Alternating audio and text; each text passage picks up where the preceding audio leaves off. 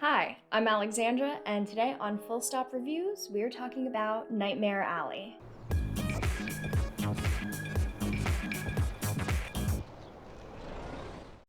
So, Nightmare Alley is adapted from a novel and a 1947 film of the same name, and it centers around Stanton Carlyle, who is a mysterious drifter of the Great Depression and who finds a job opportunity at a carnival. He's deeply moved by the carny way of life, and he's taken under wing by a couple with a fake psychic act who use intricate tricks and psychological perceptions to woo crowds. The movie examines the dark underbelly of performers and how intoxicating a sense of power can be, even when its validity is merely a trick of the mind. Part of Del Toro's inspiration for the film actually came from a really weird real-life event. He says, "When my father was kidnapped in 1998, one of the first warnings that came with that from the negotiator of the kidnapping, he said, 'Beware of the psychics. They're going to show up really early.'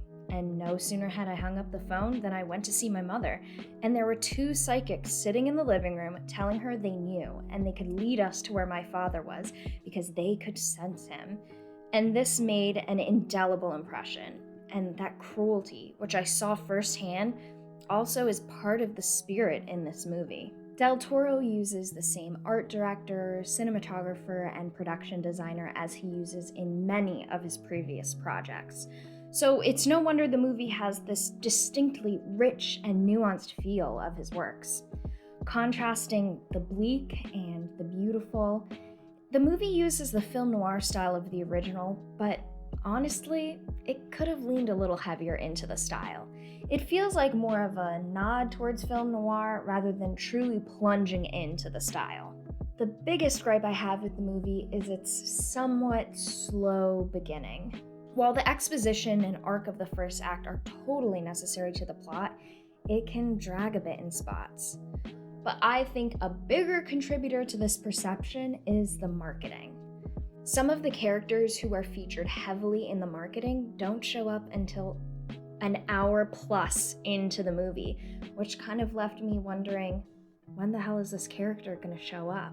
The film features a truly star-studded cast who all give fantastic performances, so I understand why you would want to use big stars in the marketing, but it took me out of the experience quite a bit. Filming was also halted mid-shoot due to the pandemic.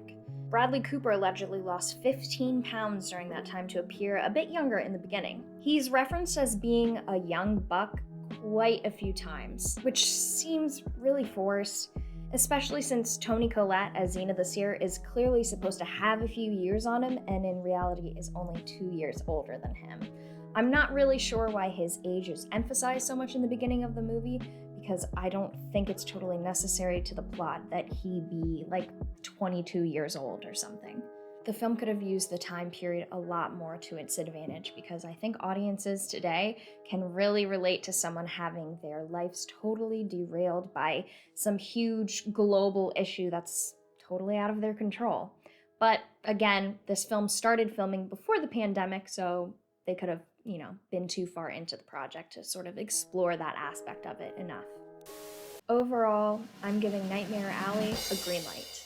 It's a thrilling thriller, and it takes a little bit of time to start, but it really shoots off once it starts going into an out-of-control downward spiral. It's beautiful, violent, and thoroughly entertaining. Now, would it have been nominated for Best Picture in a year where movie releases weren't so weird? You tell me. As always, like, click, subscribe, and let us know what you think down in the comments. That's all for me today. Have a good one.